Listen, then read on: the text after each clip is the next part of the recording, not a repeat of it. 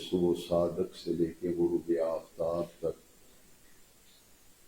کھانے پینے اور شادی شدہ آدمی کا اپنی منقوہہ سے عمل زوجیت 3 چیزوں سے بچنے کا نام روزہ ہے۔ روزے کے مقصد اور غرض و غائب پر پچھلے درس میں آپ سن چکے ہیں۔ اس حوالے سے ایک حدیث شریف سے آج کا درس شروع کر رہا ہوں تاکہ ہم سب اس بات کو سمجھ لیں یہ روزہ کیوں فرض کیا گیا۔ یہ بھوک اور پیاس اور اپنی خواہشات پر ضبط کرنا، اپنی خواہشات کو قابو میں رکھنا، اس کی ایک بڑی اہم حکمت ہے۔ وہ حکمت اس حدیث شریف میں بیان کی گئی۔ پیارے نبی کریم علیہ السلام نے فرمایا لِكُلِّ شَيْءٍ زَكَاةٌ وَزَكَاةُ الْجَسَدِ الصَّوْمُ، فرمایا ہر چیز کی زکوٰۃ ہے، جسم کی زکوٰۃ روزہ ہے۔ لِكُلِّ شَيْءٍ زَكَاةٌ وَزَكَاةُ الْجَسَدِ الصَّوْمُ، روزہ رکھنے سے آدمی کے جسم کی زکوٰۃ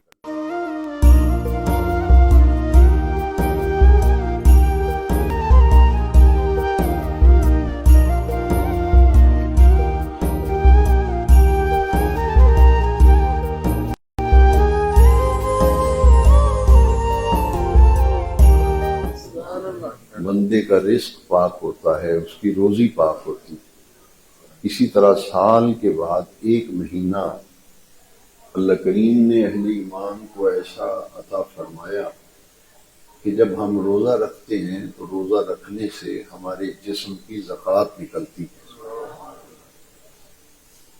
آج کے درس میں رات کی تراویح میں پڑھی گئی منزل میں سے 3 آیتوں کا میں نے انتخاب کیا ہے۔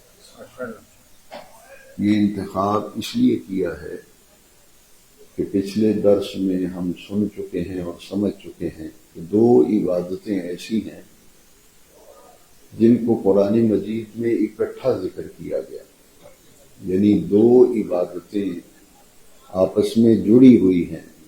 یوں سمجھ لیں کہ ایک جوڑا ہے، اقیموا الصلاۃ وآتوا الزکوٰۃ، یہ دونوں جڑی ہوئی عبادتیں ہیں۔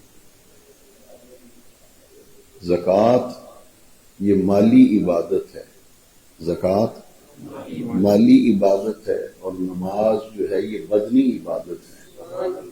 نماز کے اندر آدمی کا جسم اور بدن جو ہے وہ اپنے رب کے سامنے جھکتا ہے، رکوع میں، سجدے میں ہاتھ باندھ کے کھڑا ہوتا ہے۔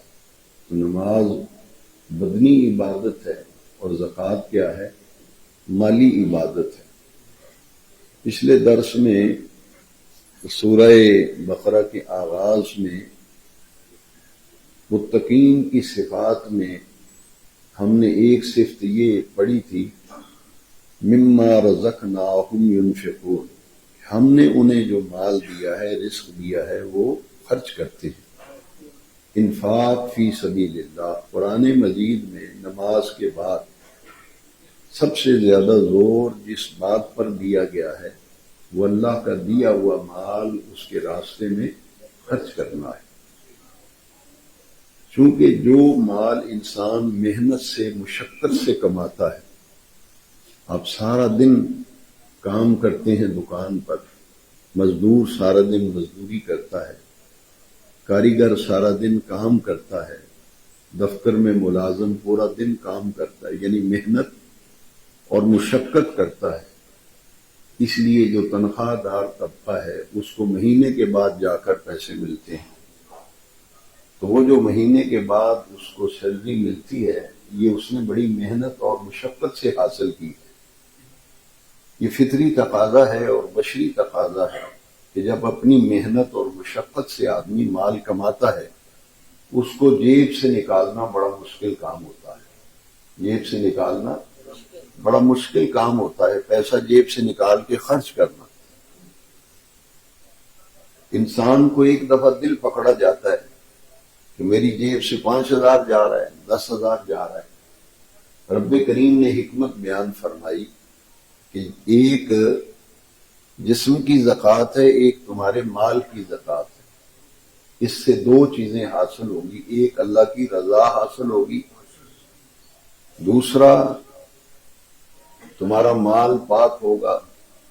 اور حکمت یہ ہے زکوٰۃ میں اور انفاق فی سبیل اللہ میں کہ رب ذوالجلال یہ پسند فرماتا ہے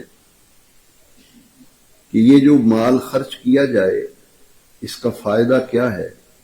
اس کا فائدہ یہ ہے کہ پورے معاشرے کے اندر، جس معاشرے میں ہم رہتے ہیں، زکوٰۃ انہی پہ خرچ کی جائے گی، معاشرے پر ان کی مشکلیں آسان ہوگی. ایک غریب آدمی ہے، اس کے گھر میں آٹا نہیں کھانے کے لیے، اس کے پاس سبزی پیسے نہیں ہیں، گھر کا نظام چلانے کے لیے کچھ نہیں، تو ایسے پسے ہوئے طبقے کو جہاں قرآن مجید میں انہیں فقیر، مسکین، محتاج اور مجبور لوگ، ان کی ضرورتوں کو پورا کرنے کے لیے جو ہے زکوٰۃ فرض کی گئی. اور اللہ کے راستے میں مال خرچ کرنے سے تین کام، ایک تو رفع عامہ، ایسا کام جو عام لوگ اس سے فائدہ اٹھائیں. جیسے آپ پانی کا کہیں سبیل لگاتے ہیں تو اس میں تخصیص کوئی نہیں، ہر آدمی پانی پیے گا، یہ مفاد عامہ کا کام ہے. جتنے بھی عام لوگوں کے فائدے کے کام ہیں ان پر مال خرچ کرنا، یہ بھی انفاق فی سبیل اللہ ہے. اللہ کے راستے میں جہاد میں مال خرچ کرنا، یہ بھی انفاق فی سبیل اللہ ہے. بیوہ عورتوں، یتیم بچوں، محتاجوں، اپاہج لوگوں، ان پر خرچ کرنا. اور ضرورت مند اور حاجت مند بھی اس میں شامل کر لیجیے. ایک آدمی ہے، اس کے پاس پیسے نہیں لیکن اس کو ضرورت ہے، حاجت مند ہے، اس نے دوائی لینی ہے، بچوں کی تعلیم ہے، بیٹی کی شادی ہے. ان مواقع پر اسے ضرورت ہے پیسے کی، اور حاجت مند ہے، اسے حاجت ہے. حاجت بھی ضرورت کو ہی کہتے ہیں کہ مجھے پاس پیسہ ہو، میں بچوں کی تعلیم، ان کے بیٹیوں کی شادی، گھر کا نظام چلا سکوں. تو اسلام میں انفاق فی سبیل اللہ کی اہمیت یہ ہے کہ ضرورت مند کی ضرورت کو پورا کیا جائے. ایک مرتبہ کسی صاحب نے مجھ سے یہ پوچھا تھا کہ دین میں آخرت کمانے اور آخرت کو بہتر بنانے کے لیے تو بڑی تعلیم ہے، کیا ہماری جو دنیاوی زندگی ہے اسے بہتر بنانے کے لیے بھی اسلام کو رہنمائی کرتا ہے؟ تو میں نے یہ جواب دیا تھا کہ اسلام تو زندگی کے ہر پہلو پر رہنمائی کرتا ہے.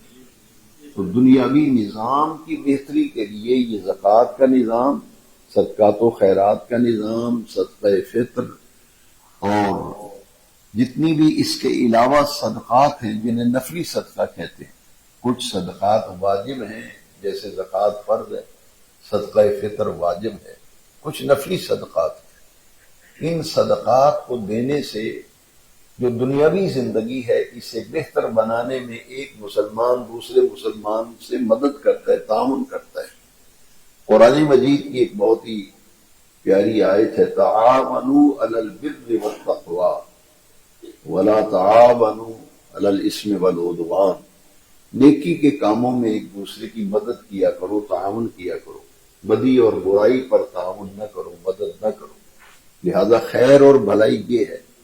جس طرح دین یہ چاہتا ہے کہ دنیا کی زندگی بہتر ہو، اسی طرح دین یہ چاہتا ہے کہ آخرت کی زندگی بھی بہتر ہو. دونوں کو لے کر اسلام چلتا ہے. یہ بہت بڑی غلط فہمی اور مغالطہ ہے کہ دین کے مبلغ آخرت کہتے ہیں آخرت بناؤ، آخرت مناؤ، دنیا میں کیا کریں، گھر میں آٹا نہیں کھانے کے لیے. اس کے لیے محنت اور مشقت، دو لفظ میں نے بولے. اسلام یہ چاہتا ہے کہ جس نے کلمہ پڑھا ہے، حضور کا امتی ہے، وہ محنت کرے اور مشقت کرے.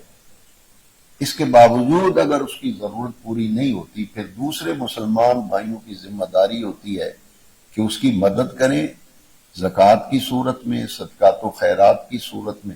اسی لیے تو زکوٰۃ فرض کی گئی ہے تاکہ مالی نظام جو ہے مسلمانوں کا وہ بہتر رہے. اور اس کے ساتھ ساتھ مساجد اور مدارس، مسجدیں جو ہیں یہ اللہ کے گھر ہیں اور مسلمانوں کے لیے یہ عبادت خانہ ہے، یہاں عبادت کے لیے ہم آتے ہیں۔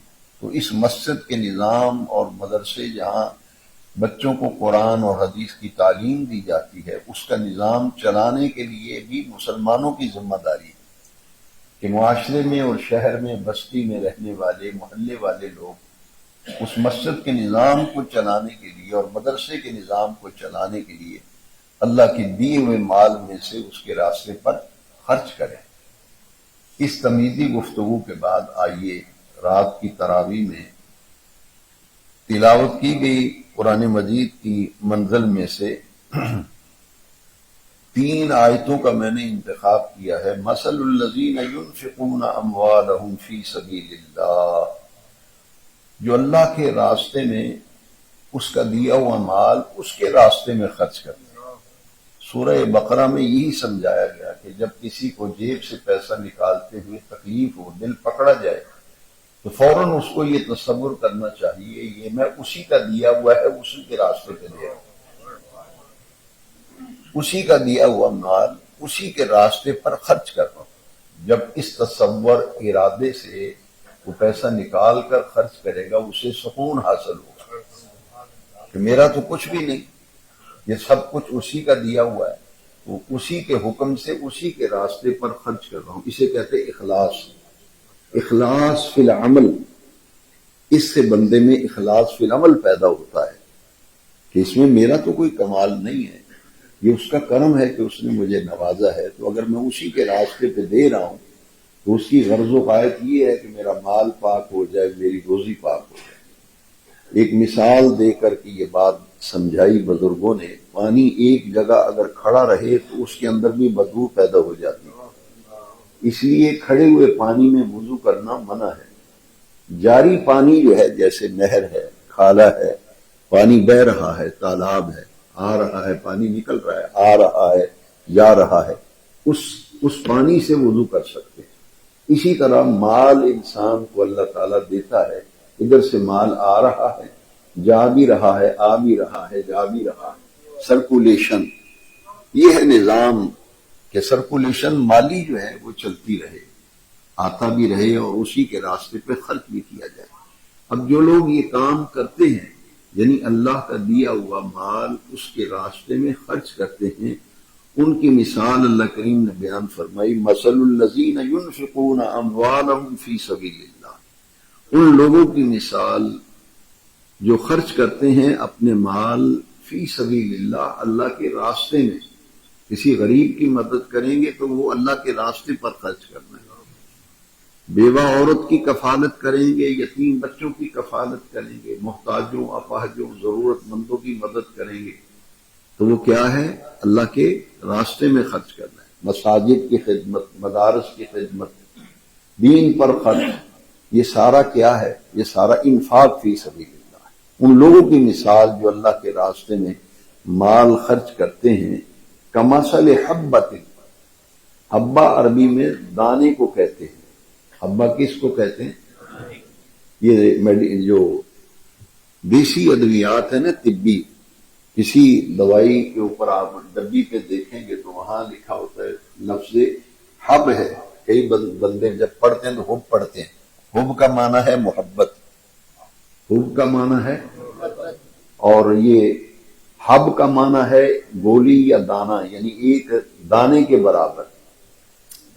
تو یہ اللہ کریم نے مثال دی ہے کہ جو اللہ قرآن مجید میں سورہ بقرہ کی آیت نمبر 261 میں، ان کی مثال ایسے جیسے ایک دانہ ہوتا ہے، یعنی بیج، اس سے مراد ہے کہ آدمی جب زمین میں ایک بیج ڈالتا ہے، بیج تو ڈالا تھا ایک، جب اس سے سٹا نکلا تو اللہ کریم فرماتے ہیں ایک بیج بویا تھا تو 7 سٹے نکلے۔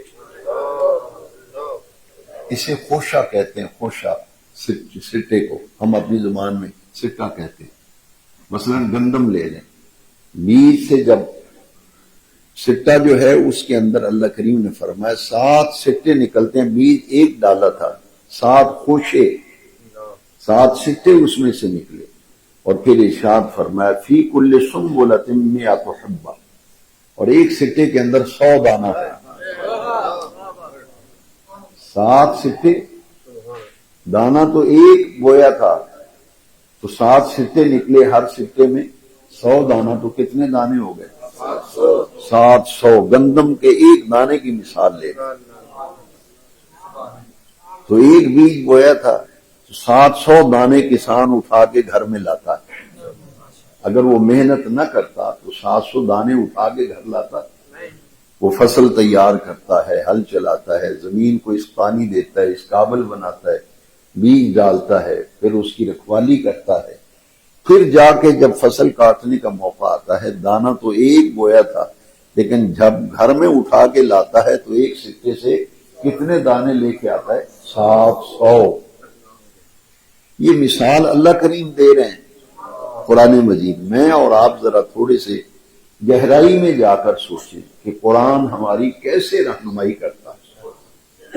1 روپیہ، اس سے پتہ یہ چلا کہ 1 روپیہ اگر خرچ کرے بندہ اللہ کے راستے، مسجد کی خدمت کرے، مدرسے کی، بیوہ عورت کی میڈیسن لے دے، یتیم بچوں کی تعلیم پہ خرچ کرے، انہیں کتابیں لے کے دے، انہیں یونیفارم لے کے دے، ان کے شوز لے کے دے، ان کے اخراجات اٹھائے، روپیہ تو ایک خرچ کیا تھا تو کتنے تک پہنچا؟ 700 تک۔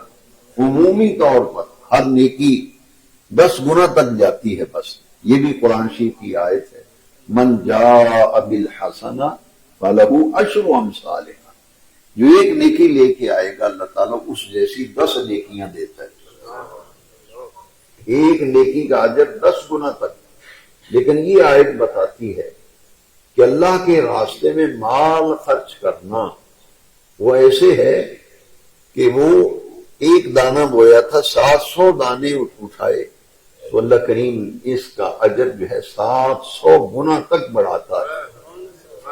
جو اللہ کے راستے میں 1 روپیہ خرچ کیا جائے گا تو اس کا اجر و ثواب 700 گنا سے شروع ہوتا ہے، 700 گنا سے شروع ہوتا ہے، کیونکہ ایک دانہ تو نہیں کھیت میں ہوتا نا، وہ کتنے سٹے ہوتے ہیں، پورا کھیت پھر کاٹتا ہے، پھر سٹوں میں سے گندم نکالتا ہے تو وہ بوریاں بھر بھر کے گھر میں لاتا ہے۔ اسی طرح اللہ کے راستے میں مال خرچ کرنے کی مثال رب کریم نے قرآن مجید کی سورہ بقرہ کی آیت نمبر 261 میں دی۔ اور پھر اللہ کریم تو قادر مطلق ہے، اس نے یہ فرمایا کہ 700 گنا تک اجر پہنچتا ہے۔ پھر اللہ کریم نے فرمایا واللہ یضاعف لمن یشاء، اللہ کو پابند ہے کہ صرف 700 تک دے گا، اس لیے فرمایا واللہ یضاعف لمن یشاء، تو اللہ تعالیٰ جس کے لیے چاہے اس کو دگنا کر دیتا ہے۔ 700 گنا کو دگنا، یضاعف کا معنی یہ ہے دگنا کر کے اللہ دیتا ہے۔ اور پھر اللہ کریم فرمایا واللہ واسع علیم، یہ 2 صفات اکٹھی آئی ہے۔ پچھلے درس میں بڑی پیاری بات میں نے بتائی، اگر آپ کے ذہن میں ہے، قرآن مجید میں بہت سی ایسی آیتیں ہیں جن کے آخر میں 2 صفات کا اکٹھا ذکر آیا ہے۔ یہاں بھی اللہ کی 2 صفتیں بیان کی گئی ہیں، واللہ واسع علیم۔ واسع کا معنی ہے بہت وسعت والا ہے، اللہ کریم کی رحمت بہت وسیع ہے، اس کا فضل و کرم بہت وسیع ہے، اور علیم کا معنی ہے جاننے والا ہے، علم والا ہے، وہ سب کچھ اس کے علم میں ہے، اور بڑی وسعت والا ہے، وہ جس کا چاہتا ہے دگنا اجر کر دیتا ہے۔ اب مال خرچ کیا ہے، لیکن اس مال کو خرچ کر کے جتانا، کسی کو احسان جتانا، کسی بھی نیک کام میں اگر کسی پہ آپ نیکی کرتے ہیں، میں اس کی تفصیل میں نہیں جاتا، وقت زیادہ ہو جائے گا، کوئی بھی نیکی کرتے ہیں کسی پر، بعد میں آپ جتائیں اور یاد ہے تینوں فلانے ویلے میں تینوں احسان کیتا سی تینوں تو پوچھتا کو نہیں سی، تیری بچی دا بیاہ سی تے سامان میں بنا کے دیتا سی، رشتہ دار ہوں یا عام آدمی ہو۔ دیکھیے اللہ کریم نے وہ تمام راستے بند کر دیے ہیں جن سے معاشرے میں بگاڑ پیدا ہو، کسی کی دل آزاری ہو۔ ایک آدمی کو آپ کھانا کھلاتے ہیں، بعد میں اس کے تانے دیں، تیری روٹی کا تو میں انتظام کرتا تھا، تیری بارات آنی تھی بیٹی کی تو روٹی تو میں نے ہی پکا کے دی تھی نا، تو اس کا دل جلے گا نہیں جلے گا؟ دکھ ہوگا یا نہیں ہوگا؟ اللہ کریم نے وہ راستہ بند کر دیا. فرمایا الذین ينفقون اموالهم فی سبیل اللہ، جو لوگ اللہ کی راہ میں اپنا مال خرچ کرتے ہیں، ثم لا يتبعون ما انفقوا مننا کہتے ہیں احسان کو، خرچ کرنے کے بعد وہ احسان جتاتے ہیں، یہ چیز جو ہے اللہ کو پسند ہے. اس لیے ارشاد فرمایا کہ وہ لوگ جو اللہ کے راستے میں اخلاص کے ساتھ مال خرچ کرتے ہیں وہ احسان نہیں جتلاتے، احسان کبھی اس کا ذکر ہی نہیں کرتے، وہ ایسے جیسے نیکی کر کے بھول گئے. ہم پرائمری اسکول میں پڑھتے تھے، مجھے یاد صحیح نہیں، تیسری یا چوتھی کلاس میں، تو ہماری اسکول کے کمرے کے دروازے پہ لکھا ہوتا تھا نیکی کر دریا میں ڈال، نیکی کر. اللہ کی رضا کے لیے نیکی کی ہے، اور جتانا کس بات کا ہے؟ قالین مسجد میں ہی بچھا کے دیا تھا نا، وہاں گلاں کرتے ہو، اے سی تو میں نے ہی دیا تھا مسجد کو. تو احسان جتانا کسی پہ نیک کام کو کر کے یہ اللہ کو سخت ناپسند ہے. آیت ہے قرآن کی، میں اپنی طرف سے نہیں کہہ رہا کہ یہ خوبی ہے ان میں جو اخلاص کے ساتھ مال کرتے، احسان نہیں جتلاتے. صرف احسان نہیں، آگے بڑے لفظ جو ہیں توجہ چاہتے ہیں آپ کی اور میری. ولا اذن، اذن اذیت سے ہے، کسی کو دکھ دینا، تکلیف دینا. ایک تو احسان نہیں جتلاتے، اور دوسرا نہ کسی کو دکھ دیتے، نہ کسی کو، جب بات کریں گے تو اس کا دل دکھے گا یا نہیں دکھے گا؟ تینوں تو اس ویلے تیری اولاد نے نہیں سی سانبے، آسان سانبے ایسی کون. احسان کسی کے باپ سے اگر کوئی نیکی کرتا ہے، اس کے باپ بیچارے کا فوت ہو جائے تو رشتہ دار کہیں تو ہمیں تو کسی نے نہیں سے پوچھا، میں ہی اسپتال لے کے گیا سا، تو بیٹے کو تکلیف ہوگی یا نہیں؟ بے کریم رب کریم فرماتا ہے دو چیزیں بھول جاؤ دل سے نکال دو. جب خرچ کیا ہے اسے راضی کرنے کے لیے تو احسان کس بات کا، پھر اذیت کس بات کی، دکھ کیوں دیتے ہو؟ اس سے تو مال نہ خرچ کرتے تو بہتر تھا، خرچ کر کے اب دکھ دینے لگے ہو. یہ ہے اس آیت کریمہ کا مفہوم. اب یہ خوبیاں بیان کر کے کہ اللہ کے راستے میں مال خرچ کرتے ہیں، اذیت نہیں دیتے، دکھ نہیں دیتے، نہ احسان جتلاتے. اجر ذرا سننا کتنا بڑا ہے. وہ اجر ہے جو اور یا اللہ کے لیے ذکر کیا گیا. آپ کو اگر یاد ہو الا ان اولیاء اللہ ہے، آگے کیا ہے؟ سارے بولیں لا ولا ہم، یہاں بھی وہی لفظ آئے. اس آیت میں بھی وہ لفظ ہیں جو انعام اولیاء اللہ کے لیے ہے، جو اخلاص کے ساتھ اللہ کے راستے میں اس کا دیا ہوا مال خرچ کرتا ہے، اس کے لیے کتنا بڑا اجر ہے. اللہ کریم نے فرمایا لہم اجرہم عند ربہم، ان کا اجر ان کے رب کے پاس ہے. بندہ بندے کو جزا نہیں دے سکتا، اس کی جزا بندے سے توقع بھی نہ رکھے، اس سے توقع نہ رکھے نیکی کر کے کہ کل کو اس نیکی کی مجھے بدلہ دے گا. نہیں، کیوں؟ اللہ کے فرمایا فلہم اجرہم عند ربہم، ان کا اجر تو ان کے رب کے پاس ہے، تو اجر تو رب نے دینا ہے. لہذا اللہ کریم سے اجر کی امید رکھتے ہوئے خرچ کرو. اور وہ اجر کیا ہے؟ فرمایا غور سے سنو، اس کا اجر تو رب نے دینا. ولا خوف علیہم ولا هم یحزنون، وہی لفظ یہاں ہے.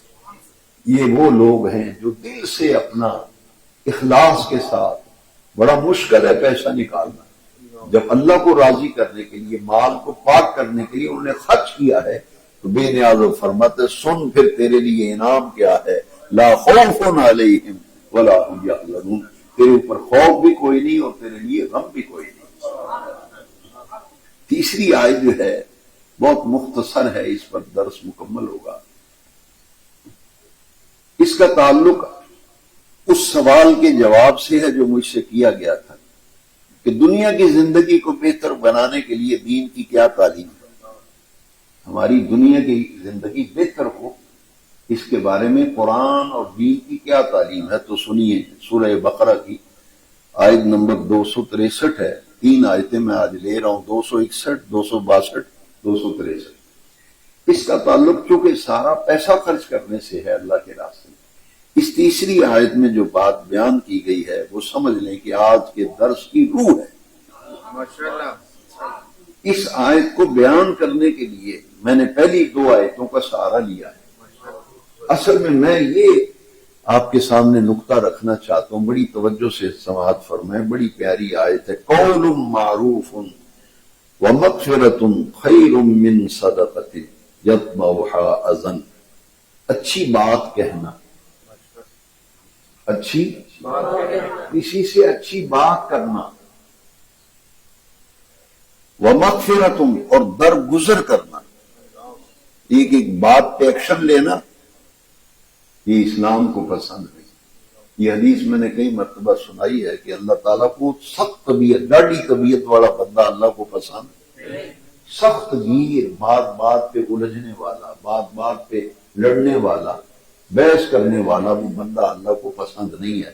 اللہ کو وہ بندہ پسند ہے جو اچھی گفتگو کرے، اچھی بات کہے، اور پھر کیا کرے؟ درگزر کرنا یعنی معاف کرنا۔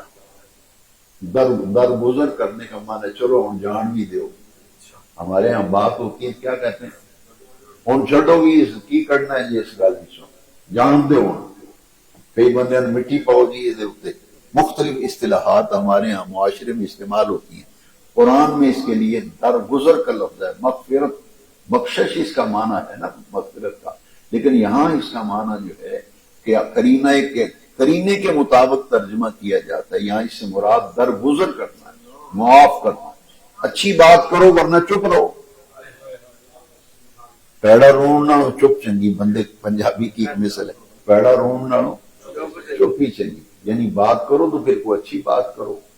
اور اگر ہو جائے کوئی کسی سے تکلیف، کوئی بات، کسی بندے نے ایسی بات کی جس سے آپ کا دل دکھ ہے، اسلام یہ کہتا ہے اسے بدلے نہ لو، انتقام نہ لو، درگزر کرو۔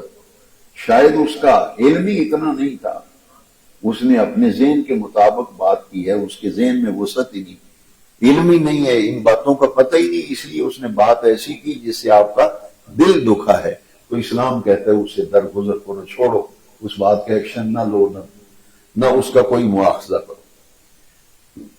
تو اللہ کریم فرماتے ہیں یہ اچھی بات کہنا اور معاف کرنا اس صدقے سے بہتر ہے جو صدقہ کر کے دکھ بھی دیا جائے، احسان بھی جتایا جائے۔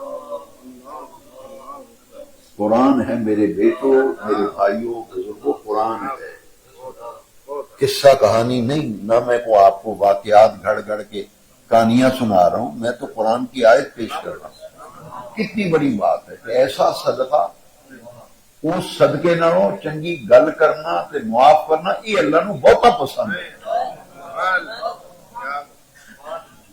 بہت بڑی بات ہے۔ ہم نے اس پہ ذرا رستے میں سوچنا، یا گھر جا اللہ کے راستے میں مال خرچ کر کے اس کا احسان جتلانا یا دکھ تکلیف دینا، دل دکھانا، اس سے بہتر یہ ہے کہ وہ صدقہ کرو۔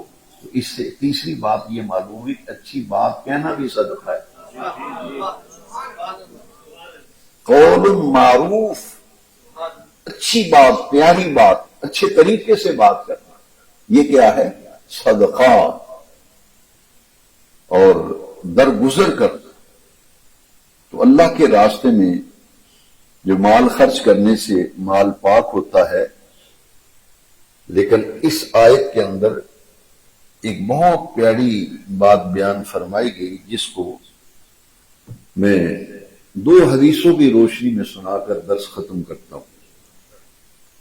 آپ کے پاس کوئی آدمی آئے، سائل، سوالی، مانگنے کے لیے آئے، بالفرض کوئی آدمی مانگنے کے لیے آئے، آپ کا کوئی دوست ہے، آپ سے کہتا ہے میں نے انہیں پیسے چاہیے دے کر چند دیڑے واسطے کو 2000 روپیہ دو، یا کوئی اور بات، سائل، سوالی، مانگنے والا اگر آپ کے پاس آتا ہے تو اس کے ساتھ خندہ پیشانی سے گفتگو کرنے کا اسلام حکم دیتا ہے۔ اس آیت کے اندر قول معروف سے مراد یہ ہے خندہ پیشانی سے بات، متھے پہ وٹ نہ پاؤ، یہ معنی ہے۔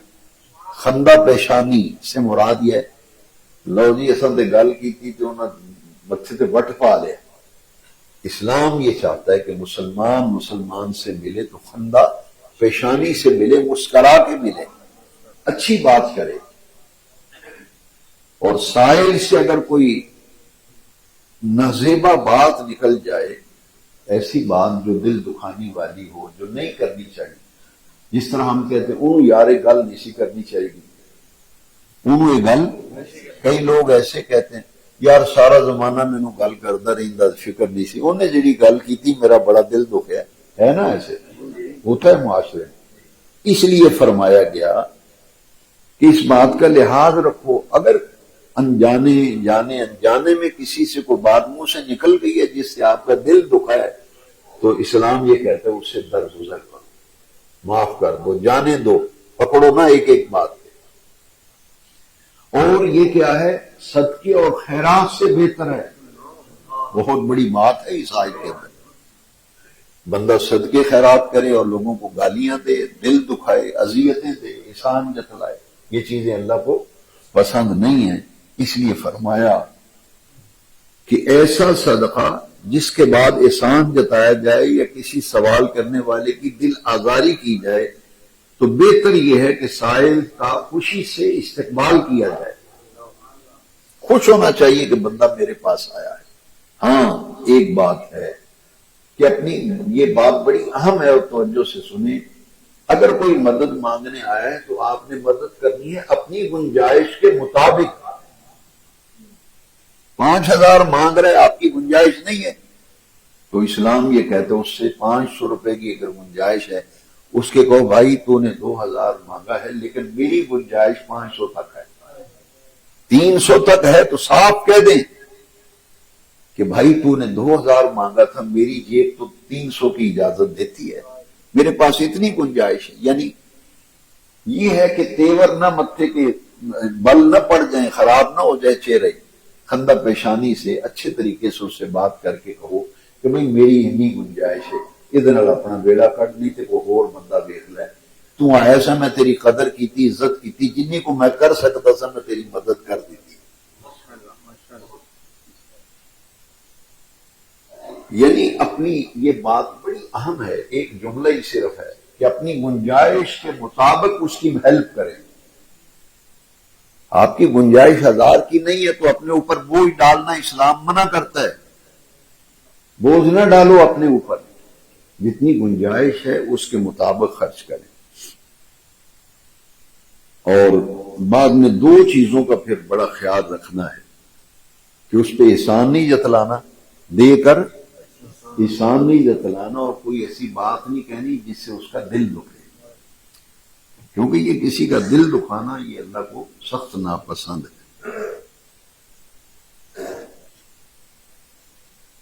تو میں نے یہ بات کہہ دی کہ اگر مالی مدد کرنے کی گنجائش نہیں تو صاف صاف کہہ دیں کہ بھئی اس وقت تو میرے پاس نہیں ہے کوئی گنجائش، اس وقت میں آپ کی مدد کرنے کی پوزیشن میں نہیں ہوں۔ یہ ہے طریقہ، اچھے طریقے سے اس سے بات کر کے اسے فارغ کر دیا جائے۔ اب 2 حدیثیں میں سنا کر ختم کرتا ہوں۔ یہ حدیث شریف جو ہے یہ مسلم شریف میں ہے، 2335 نمبر ہے حدیث شریف کا، مسلم شریف 2335۔ نبی کریم علیہ السلام نے فرمایا ہم نے صرف سمجھا کہ پیسے دینا ہی صدقہ ہے، اے جی صدقے دے پیسے نے، اے جی صدقے دے پیسے نے، رسید کٹ جو مدرسے دی، صدقے دے پیسے، ہم نے صرف اسے صدقہ سمجھا، جبکہ دین کا مفہوم بہت وسیع ہے۔